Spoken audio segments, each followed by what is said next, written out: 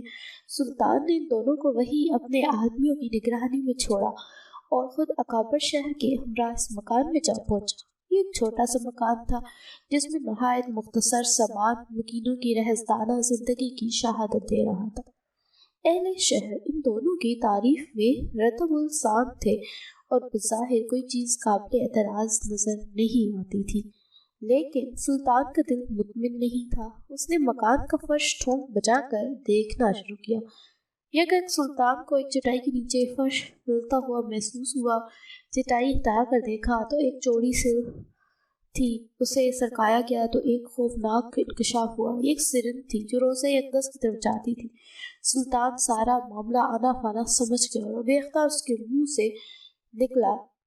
سادہ مزاج اہل مدینہ بھی ان بھیڑیا نواں بھیڑیوں کی طرح یہ حرکت دیکھ کر شدت رہ گئے۔ سلطان اب قہر و جلال کی مجسم تصویر بن گیا اور اس نے دونوں ملونوں کو بابا زنجیر کو اپنے ساتھ لانے کا حکم دیا۔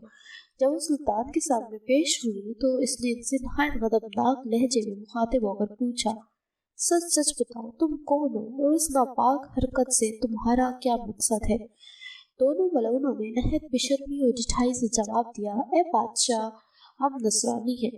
روایتوں میں ہے کہ یہ دونوں یہودی تھے اور اپنے قوم کی طرح سے تمہارے پیغمبر کی لاش چرانے پر مامور ہوئے ہیں۔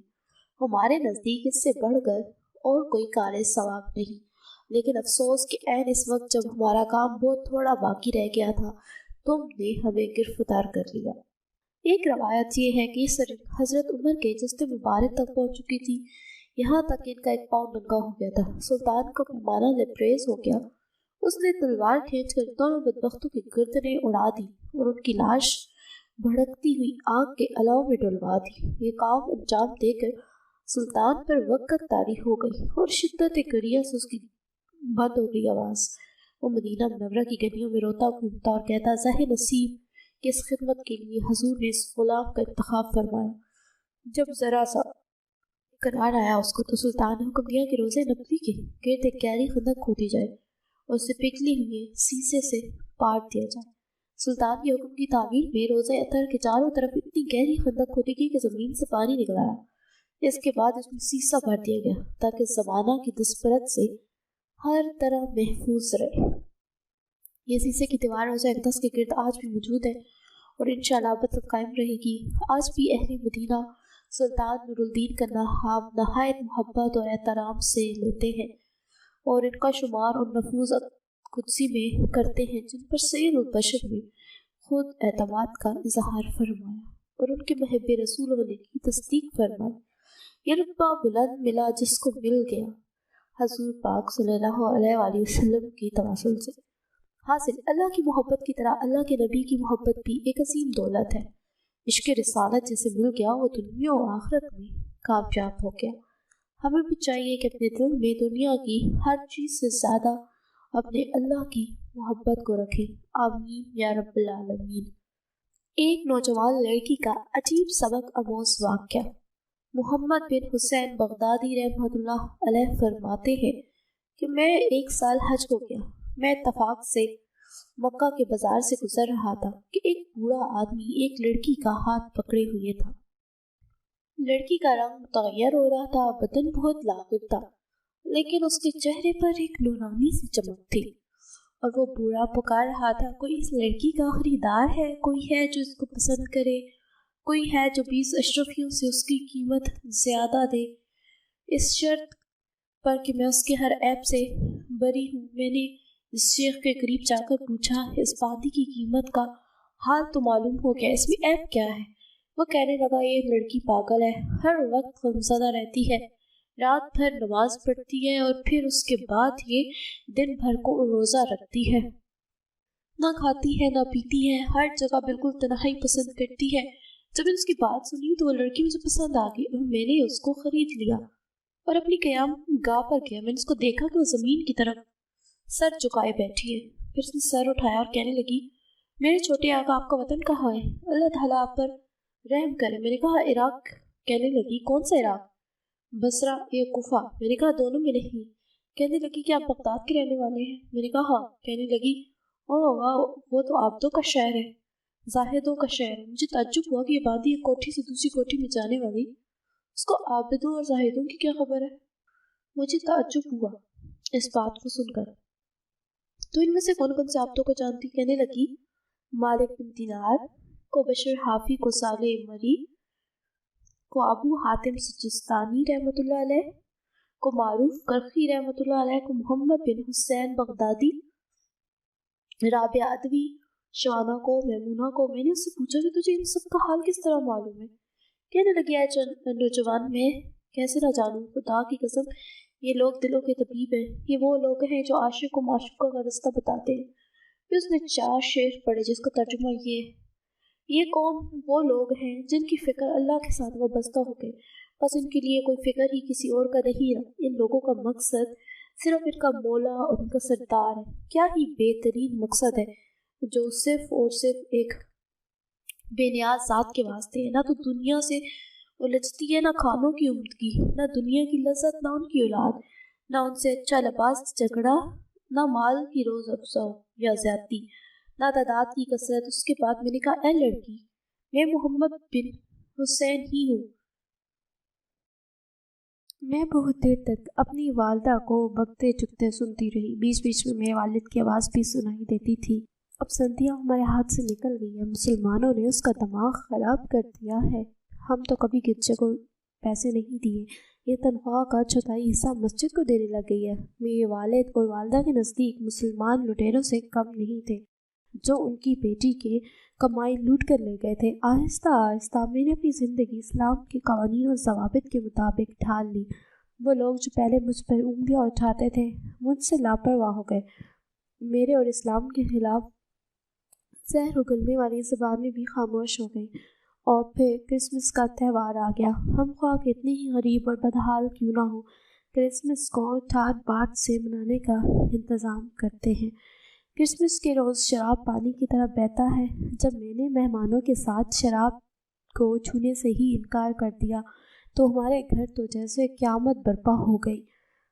تو والد تو صبح سے نشے میں دھت تھے، والدہ بھی وہ ایک بار مہمانوں کے ساتھ پی چکی تھی۔ نشے کی حالت میں وہ مجھ پر برسنے لگے۔ مہمان بھی نشے میں تھے، وہ بھی جوان جو ان کے منہ میں آیا بکنے لگے۔ ان سب کی حالت قابل رحم تھی۔ میں نے سوچا کہ مجھے اس کمرے سے ہی چلے جانا چاہیے، مگر جب میں اپنی ویل چیئر کو دھکیل رہی تھی تو ایک مہمان لڑکا اور میرے والد میرے پیچھے لپکے اور ویل چیئر کے سامنے کھڑے ہو گئے۔ رستہ چھوڑ دے، میں نے کہا، مجھے جانے دے، یہ پی لو پھر چلی جانا۔ لڑکے نے میرے راستے سے ہٹے بغیر شراب کا جام میرے آگے کر دیا۔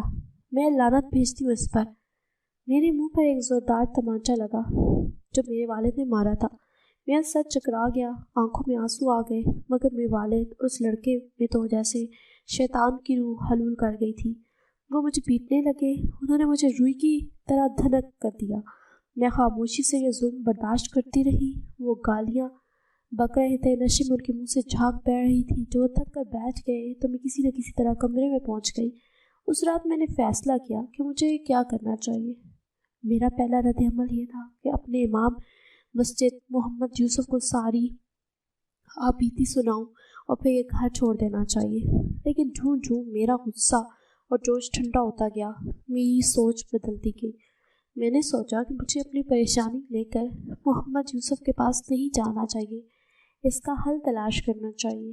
ان کا مجھ پر حق ہے اور میرا بھی یہ فرض بنتا ہے کہ میں ان کی زندگی بدلنے کی کوشش کروں۔ چنانچہ اس روز میں نے ایک اہم فیصلہ کیا اور اگلے روز میں نے اپنے فیصلے سے امام مسجد محمد یوسف کو بھی مطلع کیا۔ میں نے اخبار کی ملازمت چھوڑ دی اور رضاکار بن گئی۔ مجھے معمولی سا گزارا الاؤنس ملنے لگا۔ جب میرے والدین کو میرے اس فیصلے کا علم ہوا تو بہت سبٹپا گئے۔ وہ یہ سوچ ہی نہ سکتے تھے کہ میں اچھی بھلی ملازمت چھوڑ دوں گی۔ میں نے ان سے کہا کہ وہ فکر نہ کریں، ان کو حصہ ملتا رہے گا، میں اخباروں کے لیے دن میں لکھوں گی اور جو معاوضہ مجھے وہاں سے ملے گا میں ان کو دے دوں گی۔ میری اس عملی زندگی کا آغاز اس وقت شروع ہوا جب میں مسلمان رضاکار بن گئی۔ محمد یوسف نے مجھے بہت سی ہدایات دی اور جس کام کے لیے مجھے چنا گیا، اس راہ کے کام سے مجھے آگاہ کیا گیا، وہ مجھے خود ہی اندازہ تھا کہ یہ راستہ پر خطر ہے، مگر اسلام نے مجھے حوصلہ بخشا۔ اس کی وجہ سے میں کسی خطرے کو خطرے میں نہ لا رہی تھی۔ میں جیلوں میں جانے لگی، وہاں قیدیوں سے ملتی، ان کے سامنے اسلام کی عظمت بیان کرتی، ان کو ان کی زندگی کے گناہونے پہلو دکھا کر ان کو بہتر زندگی بسر کرنے کا مشورہ دیتی۔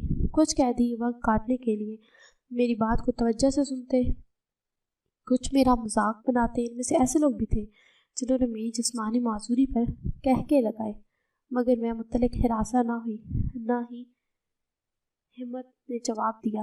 ان قیدیوں میں سے ایک حبشی قیدی آلبرٹو بھی تھا۔ اس نے میری باتوں سے خاصا اثر قبول کیا اور ایک دن کہنے لگا، تم بہت باہمت لڑکی ہو، اگر تم واقعہ چاہتی ہو کہ برائی کا خاتمہ ہو جائے تو برنارڈو کا خاتمہ کر دو۔ میں نے پوچھا، برنارڈو کون ہے؟ برنارڈو اس شہر میں بڑی مافیا فیملی کا سربراہ ہے، وہی شخص ہے جو اس شہر میں منشیات کا اجارہ دار ہے۔ اگر وہ نہ ہو تو لوگوں کو منشیات نہ ملے اور نہ لوگ ان کے عادی ہوں۔ وہ بڑا خطرناک آدمی ہے، میں برنارڈو سے کیسے مل سکتی ہوں؟ اس نے میرے کان میں مجھے برنارڈو کا پتہ بتا دیا۔ جب میں جانے لگی تو آلبرٹو کا لہجہ یکسر بدل گیا۔ وہ ندامت کے ساتھ کہنے لگا، مجھ سے غلطی ہوئی کہ میں نے تم سے برنارڈو کا ذکر کیا۔ تم اس سارے واقعے کو بھول جاؤ۔ تم اندازہ نہیں کر سکتی ہو کہ برنارڈو کتنا خطرناک آدمی ہے، مگر میں اس کو ملنے کا فیصلہ کر چکی ہوں۔ میں نے عزم سے کہا، تم اس سے مل کر کیا کرو گی؟ اس نے پوچھا، اس کو سیدھا راستہ دکھانے کی کوشش کروں گی۔ وہ ہنسنے لگا اور اس کے کہہ کے دور تک میرا پیچھا کرتے رہے۔ صبح کا وقت تھا جب میں اس وقت طے کیے بغیر برنارڈو کے عالیشان گھر کے اندر داخل ہوئی، اور اس گھر کو دیکھ کر کوئی شخص اندازہ نہ کر سکتا تھا کہ اس گھر میں رہنے والا شخص کوئی بہت بڑا مجرم ہے۔ تم یہاں کیا کر رہی ہو؟ ایک ملازم نے مجھے روک کر پوچھا۔ وہ میرے لباس اور ویل چیئر کو غور سے دیکھ رہا تھا۔ مجھے مسٹر برنارڈو سے ملنا ہے، میں نے کہا۔ تمہیں؟ اس نے کہکا لگایا، مسٹر برنارڈو سے ملنا اتنا آسان نہیں ہے۔ آخر کیوں؟ میں نے کہا، وہ بھی انسان ہے اور انسان انسانوں سے ملا جلا کرتے ہیں۔ ہم دونوں میں تکرار ہونے لگی اور اس وقت ایک ادھیڑ عمر کا مضبوط چہرے والا شخص ایک کمرے سے نکلا۔ غصے سے بولا، یہ کیا ہو رہا ہے؟ شور کیوں مچا رکھا ہے؟ ملازم نے اس کے سامنے سر جھکا کر کہا، یہ لڑکی آپ سے ملنے پر اصرار کر رہی ہے۔ مجھ سے؟ اس نے پوچھا، کیا کام ہے؟ میں آپ سے علیحدگی میں بات کرنا چاہتی ہوں، میں نے کہا۔ برنارڈو نے کچھ تعجب سے میری طرف دیکھا، پھر ملازم کو وہاں سے چلے جانے کا اشارہ کیا۔ جب ملازم چلا گیا تو برنارڈو نے نخوت سے کہا، میں اس طرح کسی سے ملاقات نہیں کرتا ہوں۔ تم معذور ہو اس لیے روک گیا ہوں۔ میں تمہاری مدد کیسے کر سکتا ہوں؟ میں نے اس کی طرف دیکھا اور آنکھوں میں آنکھیں ڈال کر کہا، مسٹر برنارڈو، کیا واقعہ آپ اس معذور لڑکی کے کسی کام آنا چاہتے ہیں؟ اس نے جواب دینے سے پہلے کچھ سوچا، پھر مسکرا کر کہا، ہاں کہو، میں تمہاری کیا مدد کر سکتا ہوں؟ میں نے پھر اس کی آنکھوں میں آنکھیں ڈال دی۔